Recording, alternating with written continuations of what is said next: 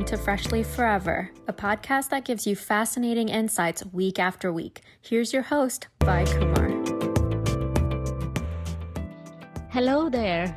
Today's topic on Freshly Forever is modern day student life, parental influence, and achieving a balance.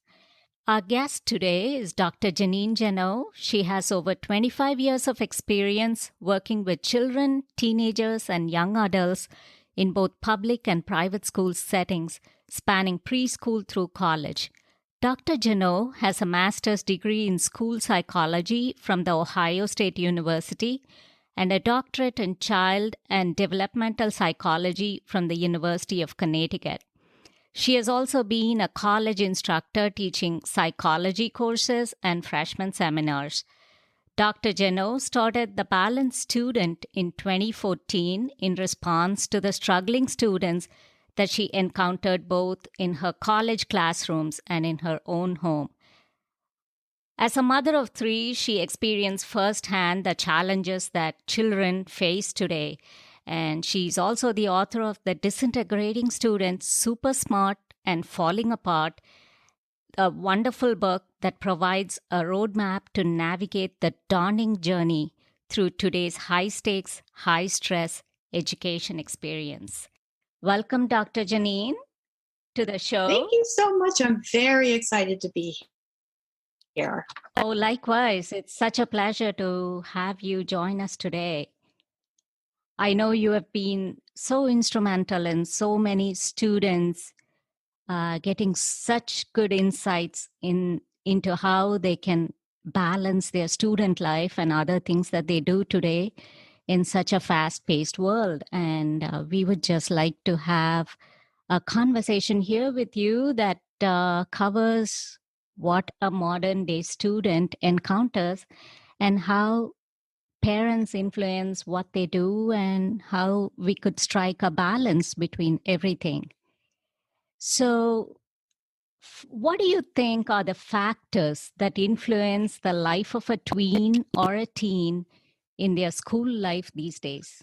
Well, it's just such a great question. And this is just such a great conversation to have because it's time. It's time we recognize the struggle of our students trying to achieve that balance. And, really today, I think the big thing that we need to pay attention to is the achievement culture that we've been raising our kids in for the last couple of decades. With a lot of high rigor, high expectations, check the box kind of mentality among our kids. We've also got the issues of screen use. So those are the big players, I think, in the game right now. Totally. Yeah, it's just been a go, go, go culture. What next? And it's just been so much on the students. And so if you were to say qualities that a balanced student demonstrates, what would those be? So, this is the good news. Not every student is a disintegrating student. Not every student is falling apart. So, I do look at those successful students, the ones who are basically showing a lot of resilience. They are rising to and seeking out challenges. They're putting in effort. They have motivation, and they're very adaptable and learning skills along the way. And they demonstrate something called a growth mindset, which I think we'll talk a little bit more about in a bit, but so that's really the good news, that we do have these students out here who show it can be done, but by and large they're in the minority of students today. Okay, and how could we be sure that they are on the correct path?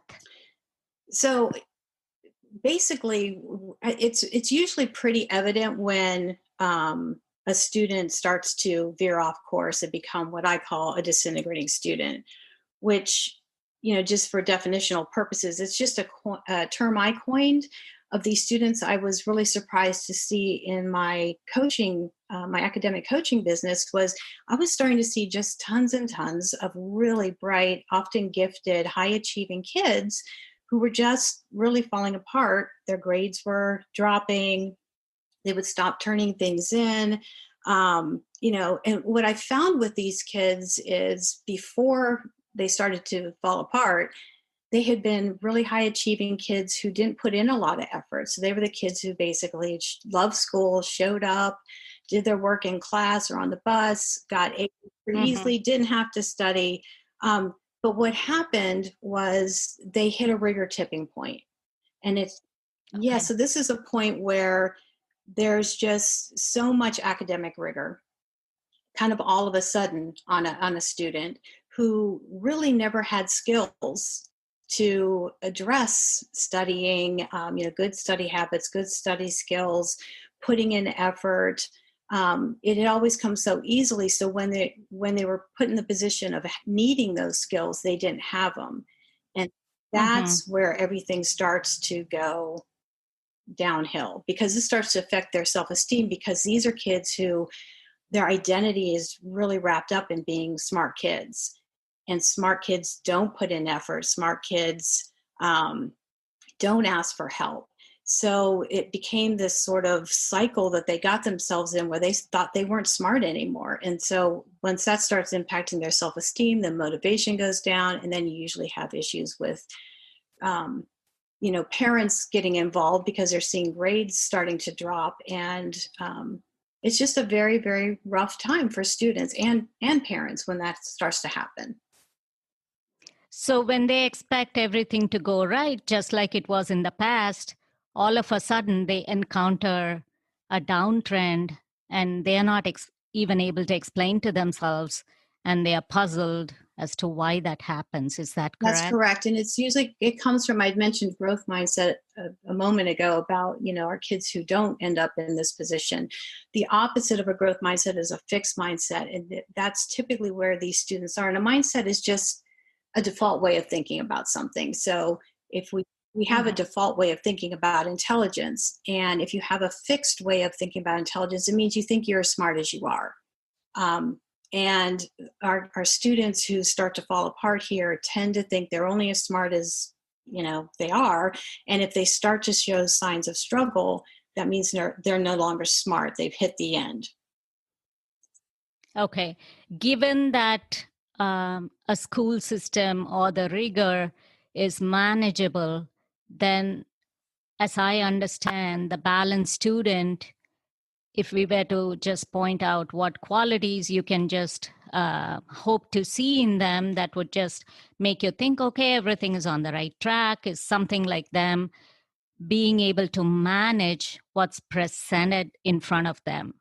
And so now I realize, with everything having changed in these modern times, there's so much expectation out of them. And is that what causes them to kind of fall apart or tend to fall apart and start going that route of being a disintegrating student? Yeah, so it's their fear. This is really comes from a place of fear, because they don't know if in their minds trying harder, putting in effort, asking for help, if these are things they equate with not being smart, and so they're doing it, they start to hide, they self-sabotage, they self-handicap academically. They'll stop studying for things so they have an excuse for not doing well, or they'll stop handing things in. And so this is very self-protective, and it's really because they don't understand what is just this piece that's missing, this mindset that's driving their belief system about how they are a student. Okay. So as long as they can embrace a growth mindset as opposed to a fixed mindset, then they can perhaps be on the path towards being a balanced student. And that's where you try to emphasize on that, and plus several other aspects that you try to help them with. Correct. And the good way to approach a student with this, because at first they don't usually know there's a difference between these mindsets or why it's so important, but I can almost always find a growth mindset that a student has towards something. So maybe it's the sport that they're involved in. So let's say a student is a lacrosse player, and they've been playing lacrosse since they were 5. So I talk to them about, how do you, are you a better lacrosse player now than you were when you were 5, 6, 7? And they say, of course. Like, have you benefited from practice and from coaching and putting in effort and making mistakes and rising to the challenge each and every game? And they're like, well, yes, of course. And then I say, so how do you apply that to school? Is that who you are as a student? And they're like, oh, I see. Okay. Then they are able to relate to what they do in their sport versus what they do in school. And that kind of helps you tell them how they could make a connection. Right, and why it makes such a difference. In some kids, it's their extracurricular, it's their debate team or, whatever it is that they're passionate about, that they've adopted a growth mindset. It's just that really is an aha moment for students to see, oh, I'm not doing that with school, and that is a problem. Absolutely. So you are able to just drive them using the positive in the form of whatever they are doing well. You just try to emphasize on that and drive home the point. You know what the greatest gift of that is? That it's the message of control for them, because what happens when they start to disintegrate is they feel like they have no control. They don't know what to do. And that drives down that motivation and drives down their self-confidence. So when I share this with them, they're like, oh my goodness, I actually could get control back here. So that's just a huge gift. Absolutely. I think it helps for anyone to be able to relate to something, even us adults. And no wonder kids do better when they're able to correlate and put 2 and 2 together. So that's, I think that's a great insight.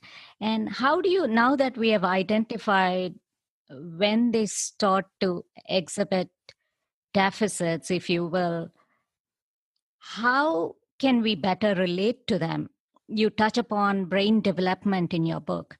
Can you just tell our listeners about the brain development, the stages of brain development, and just touch upon that, please? Absolutely, because this is a thing that is not, I've always kind of known it, and I walked around for a long time thinking this is just common knowledge about, or, their parents just understood this. And then I realized, no, it really isn't. You sort of have to have a psychology degree and have paid attention to that. So this is one of the things that when parents hear about it, it's like, oh, that's pretty helpful to kind of gain perspective. So what I talk about a lot in the book is 3 different things really when it comes to looking at brain development and how it impacts how we parent and understand our kids. The first is brain plasticity. So the brain is we call it plastic, which just means it's very malleable. It's not in a fixed state. And so experience, our attitudes and beliefs, all those things are changing our brain every single day. Even me in my late 50s, I'm still tweaking my brain a little bit, not as much as when I was young, but there are 2 times in brain development where the brain is just super malleable. And that is birth to 3. And if you think about that, that makes sense. Because our brain, we're born with all the neurons we're ever going to have, 100 billion neurons. What changes is the connections between them, which is just astronomical, the number of connections that the brain makes. But that's all through the interaction and experience. So experience is what makes the brain grow. So between birth, that's interesting. Yeah, so think of a newborn infant to a 3-year-old and the massive amount of learning and developmental change that happens there. So that's a very spongy brain time, I like to call it.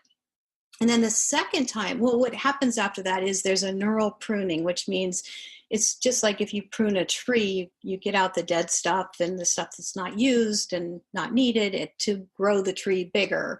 The brain does the same thing with neural connections. So that spongy brain is making more connections than it needs. And what it does around the time a child learns to walk and talk is it says, okay, now here's all those extra ones we don't need. Let's clean it up.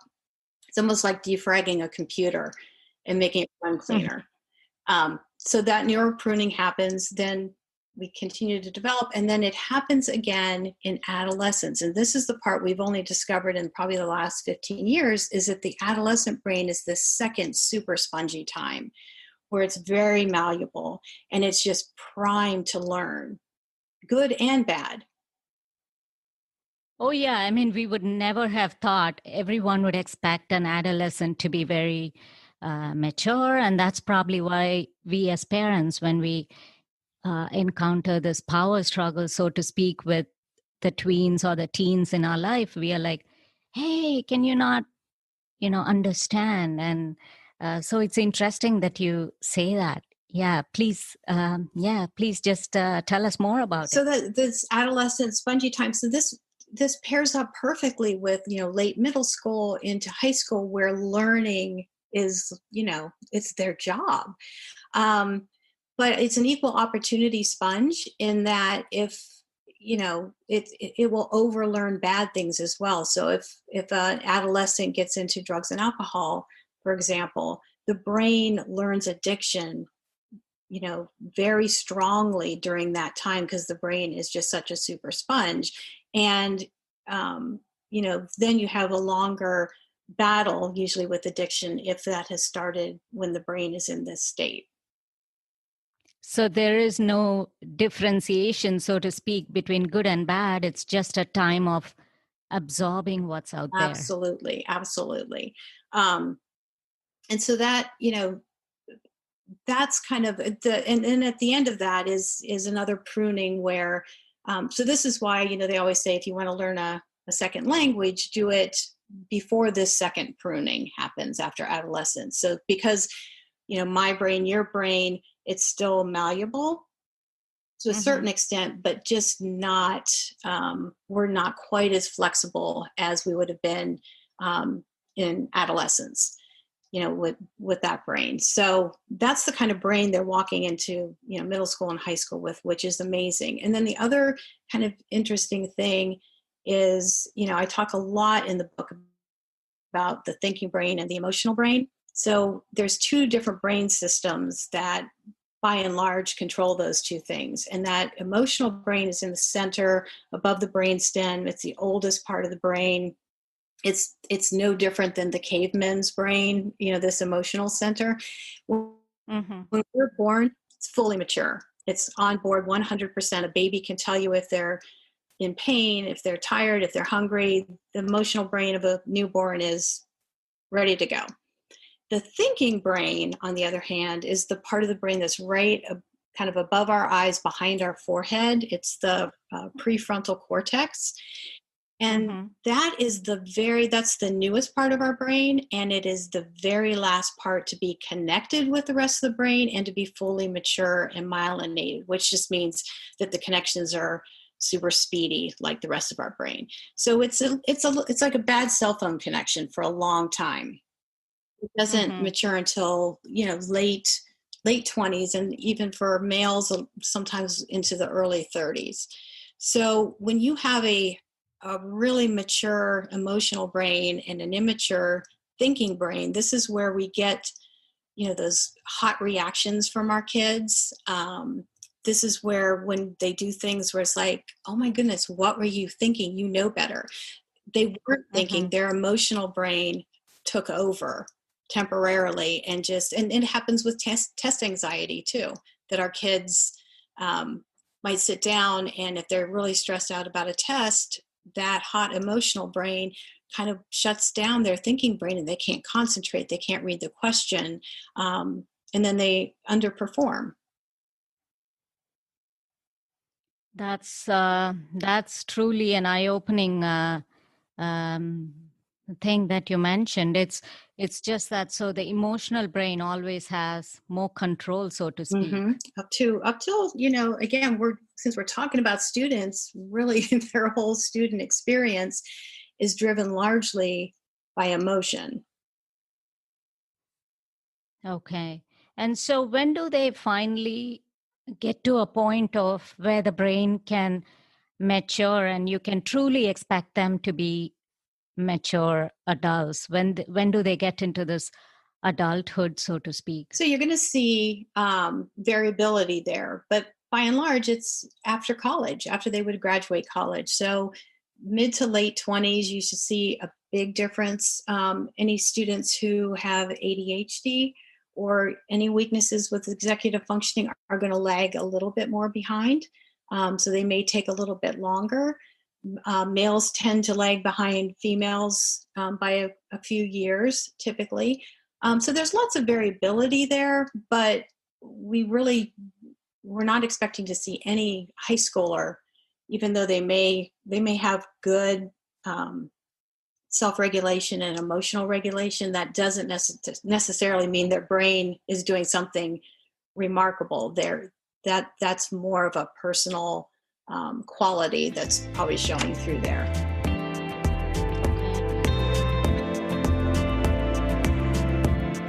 Back in a moment with our guest on Fresh Leaf Forever.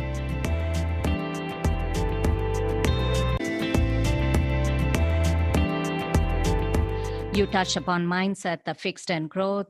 How does sleep or any motivational factors, the social and academic peer pressure that kids face these days, how can they juggle with all of this and with this emotional and thinking brain and putting it all together? That's a great question. I devoted a chapter to this because I was trying to look at all the variables that impact our kids to varying degrees. So not every student is sleep deprived. However, the majority of especially our high school students, are definitely in that sleep deprived range. The recommendation for sleep for adolescents is 8 to 10 hours a night. And I have for years been finding what the national stats would back up. They're getting about 4 to 6. Oh, yeah. I think every household, probably everyone is going on like a deficit mode, more than being on the good train, so to speak, in terms of how much sleep and rest that one needs to physically have. Mm-hmm. Oh, absolutely. And this is, and sleep is huge. I mean, I almost look at it as foundational to all the other things from a wellness perspective. So, how well we eat, how well we move our bodies, all those things are going to tie back to if you're well rested. It impacts our immune system. So we find students, get particularly around stressful times around midterm exams or final exams or big projects or ends of semesters. They'll get sick afterwards because their immune system is being compromised and is relatively shut down under those high stress periods, and lack of sleep is contributing to that. You don't think very clearly when you're tired. It's very hard to regulate your emotions when you're tired. So we see a lot more volatility, irritability, outright anger from our teens when they're sleepy. It's hard to be motivated to do the things you intend to do. So procrastination becomes a bigger problem. Not exercising or moving our bodies as much as we should, maybe going for the fast food option versus more healthy food. Again, because it's just easier when we're tired and we go for that quick fix. And our kids are more susceptible to illness and injury, car accidents, mental health issues, and even skin conditions. So there's a lot of skin rashes, acne, those kinds of things are going to be related to how much sleep our kids are getting. Yeah, so the message is everyone in this generation, all of us, be it adults, be it youth, be it children, we all need to respect the circadian rhythm and just incorporate that habit of getting enough sleep in our lives, and which unfortunately in a device controlled world doesn't seem to be the norm. Exactly. And some of the other things you mentioned, like motivation. So our kids are going to be, as human beings, we're motivated 2 different ways, intrinsically or extrinsically, which means we're either motivated from within. So there's something rewarding in the act of whatever it is we're doing. So with students, we're talking about learning, doing their homework, getting good grades, or extrinsically, which means there's some sort of external reward that we are striving for. So when we go to work, you and me, there are times when we probably feel intrinsically motivated. There's something inside of us that is enjoying, appreciating, getting something out of our work. And there's other times where it's like, ugh, this is just drudgery, but I do get my paycheck, or I will get the praise from my boss, or whatever it is. So we vacillate between intrinsic and extrinsic motivation. But unfortunately, with our students, I'm not seeing a ton of intrinsic motivation, particularly from our students who are struggling. So parents often, will, find carrots. It's $20 for the A, or a new car if you get this GPA, or things like that, to try to motivate our kids. The problem is, a lot of times it doesn't work the way we want it to. Mm-hmm. We perhaps think all that marketing and negotiation as far as the rewards would perhaps yield results, but you're just trying to remind everyone that that's perhaps not the best case scenario. Yeah, I mean, we just have to use it kind of cautiously. And the ultimate goal is to bring them into as much intrinsic motivation as possible around learning, because then you have those people, they grow up as people who have that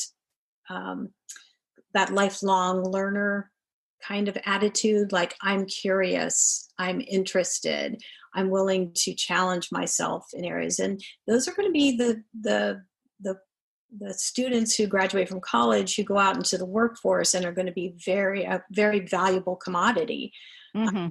Because they're not just looking for a check the box kind of experience to get the reward, the paycheck, the whatever it is. So it's more, I really want to do it, as opposed to, oh, you should do it, or why do I have to do it? Exactly. So everything driven from within makes more sense, and it is they can be more successful doing it that way versus being forced to do it. Mm-hmm. And again, that gets back to that issue of control I mentioned before.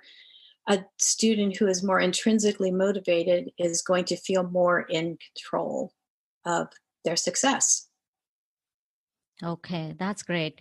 And how does absorbing any material, as far as when they study, when we do stuff, say even read a book, how does being well rested and the sleep factor correlate to all of that? Is there any relation to that? Oh, that's an excellent question. Actually, there is, because learning is memory, and memory is consolidated during sleep, which means at night when we go to sleep, there's lots of stuff that happens in our brain. But one of the things that happens is our brain is busy at work taking all the new information from the day and consolidating it. Where does it go? Where does it fit into our existing knowledge structure? It strengthens those memories. So good sleep, I always tell students, sleeping is studying. So if you've been working as a student during the day and you've studied something and you've learned something new and you've listened to a lecture, when you go to sleep, that is your brain doing the hard work of putting it in a place in your brain where you can then retrieve it later on. Mm-hmm. So it's hugely important. So cramming for tests is just such a bad idea. It might get students through the test okay, but they will not retain that information. So it's like they hold on to it long enough to do okay on a test, but if you look down at the end of the semester when they have to take a final exam and pull that knowledge out again, it's gone, which is why so many of our students are stressed at the end of semesters, because they're relearning all the stuff that they just barely got in to their memories long enough to be tested or quizzed. Yeah, so that perhaps explains the lack of sleep and trying to cram everything at the last minute. That perhaps explains why sometimes, say, someone goes into an exam hall and in an exam setting, some of us tend to forget things. Oh, we think we were so well prepared, but then it just so happens that everything disappears. And right at that moment, oh, why can't I remember these things, correct? Correct. And there's also another piece of that is it goes to study habits and study skills. So many of our students, because they haven't been taught how to effectively study, they're very passive in their studying. So they'll look over their notes. They'll do, these sort of two-dimensional, I call them kind of passive reviews of information. They feel so familiar with it. It's called the illusion of fluency. So you feel like, oh, I totally get this. And then you go take a test. You haven't self-tested in a way that you know what you know and know what you don't know. So you go take a test and it's like, oh, shoot, I can't actually apply that stuff that was very familiar to me. I didn't understand it to the level where I can then apply it to questions that I'm being asked. So it boils down to their study habits, like you mentioned, and how they take notes and what is their methodology that they adopt. And that's where you are able to help them get into that mindset where, okay, this is how I need to do things. And this is how this is how organized I need to be able to succeed. Absolutely. And it's just a matter of skill development. I mean, so it's just like they're coming to me to learn how to play lacrosse, which would be a really bad idea. But, but I'm going to tell them I'm coaching you just like you've been coached in your sport. Nobody told you these skills and nobody had you practice these skills. And it is such a game changer. Oh, totally. It's just, it all boils down to how organized one is, be it work, be it school, be it home. Everything is a matter of how well you plan and execute things. And I can totally relate to that. So how does, we talked about these individual influences, all these factors.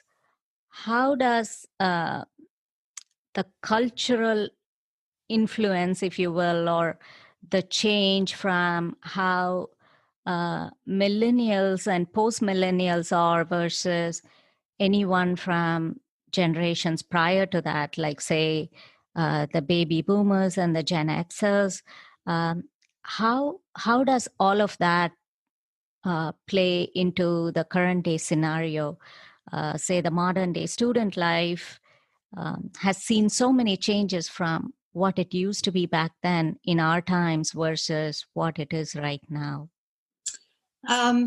So I devoted an entire chapter in the book to this, and it's one of my favorites because I'm at the very end of the baby boomers, and I actually share that generation with my parents.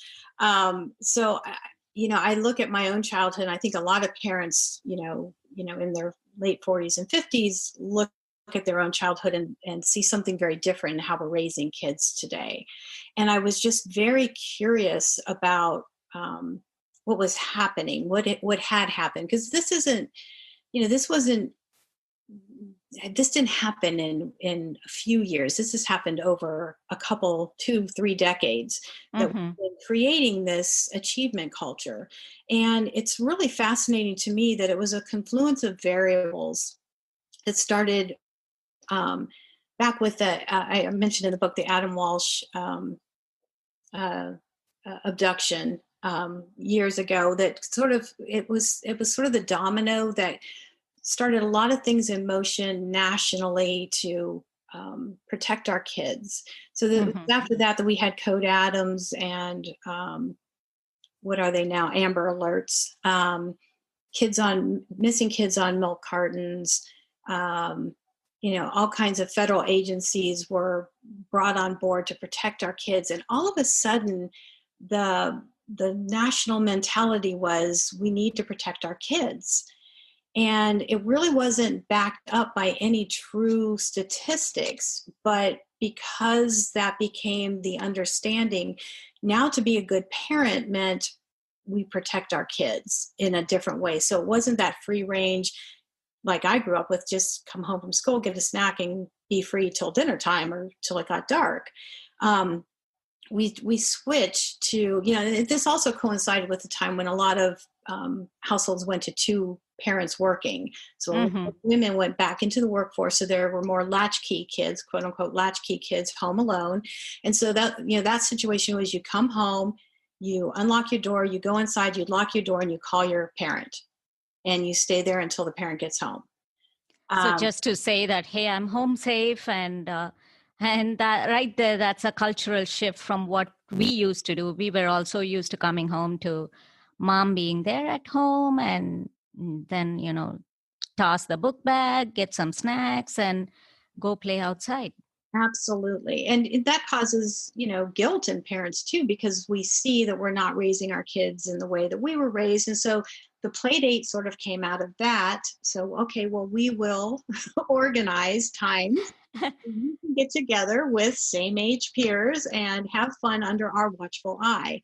And the key there is under our watchful eye. And so and that includes right across the street, correct? Absolutely. So when we insinuated ourselves into play and socialization of our younger kids, that was the birth of the helicopter parent. And so all these things kind of taken together. Oh, and the other thing that happened too was out of this, we started thinking of kids a little bit differently. We were starting to worry about their self-esteem. Like, how do we make kids feel good about themselves? Because kids who feel good about themselves are going to be successful. That was the thinking. Very well intentioned. Turned out to be wholly wrong. Because it was the everyone gets a trophy mentality. So we're going to praise you all the time. And we were heaping a ton of praise on kids, giving them trophies for participation. And that backfired just remarkably, because it turns out it does the opposite. When you heap on praise that's not valid, not really earned, our kids know that, and it ends up hurting their self-esteem. So that was problematic too. So we, and the final kind of nail in the coffin academically was No Child Left Behind. So the educational policy changed. Mm-hmm. That was huge in that it shifted education from being student focused and to data focused. So it was the rising of the standardized test, which then led to teaching to the test, which led to so many standards that teachers no longer had as much leeway to teach to their personal student body and teach in a way that they could connect with students. It was, their pay, their evaluations were all of a sudden tied to how well are your students doing on this one test. And we've been there for a long time. We're slowly moving away from that now, but it's a slow move.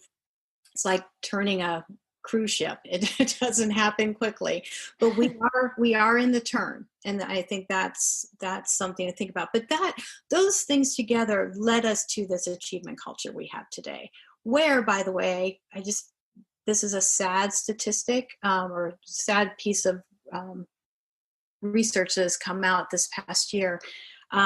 Students from high achieving schools are at risk for mental health issues at the same rate as kids who live in poverty, as kids in foster care, as kids with incarcerated parents, and kids who have recently immigrated here. That's not a good sign. Is that because of all the academic pressure? Yes. So that's that whole, our success is now defined by data instead of values. I should say, of course, we are speaking here in the context of United States, but I think even elsewhere in the world, it probably has been a similar trend. And when I was in high school and transitioning to college in India, I could tell the folks that went to high school, middle school, high school after we all did, say the next set of students, I can tell it has changed so much. It has become more and more intense, and everything is so test oriented. There's so much academic pressure. And so I think it has become like an overall trend across the globe, if you will. And of course, I can't speak to how it is in Europe, but I think the modern day student definitely has seen a change in trend. Yeah, I agree. I mean, we're a world economy right now, so it makes sense that, the way the United States has gone, the rest of the world has followed. Oh, yes, absolutely. I think everyone tries to see what's out there, and there's so much of study abroad everywhere that people have to now incorporate what's done overall in the rest of the world and not just focus on what their academic system offers. So I think everywhere kids are like on a go, go, go mentality, and they're just forced to do one thing after another. Wow, this has been great insights, and there's so much more to cover. But I guess we need like a part two with Dr. Jeannine Jannot, and I think this has been fascinating. Would you be kind enough to um do a part two with us on how parental influence, power struggle, and most importantly, how COVID plays into the present day scenario student life? Would you just be willing to come back and do it with us? Oh, absolutely, because I think that's key. We all need help there. Oh, yes. COVID has dominated everyone's life since the beginning of spring of 2020. I think everyone was looking forward to a great 2020 at the dawn of a new decade. And it was just so much excitement. And little did we all realize most of us would be shut indoors, having to do what we needed to do and embrace like a new norm, so to speak, in terms of how we changed our lifestyle. It has been a year. I really hope it changes for the better, though. And something else that I would like to tell the listeners to look forward to in your part two would be the 77 tips that you give in your book that helps a student or anyone for that matter to be productive. And I definitely pick some favorites from that, and I'm trying to incorporate that into my routine. So, such a fascinating conversation, Jeannine, and I certainly look forward to the part two with you. And thanks so much for being with us today. It was my pleasure. I can't wait. Just to give everyone a recap, that was Dr. Jeannine Jannot in conversation with us. Her book is The Disintegrating Student, Super Smart and Falling Apart. And that is very much available on Amazon.com. And the website for Dr. Jeannine Jannot is www.JannineJannot.com. I'll make sure to include that in the show notes. And once again, that is www.JannineJannot.com. And it's spelled JEANNEJANNOT.com. That's it for now. Look forward to bringing you fresh leads of information once again next week. Be sure to subscribe, follow the podcast on your favorite podcast app, and keep that feedback coming. See you then.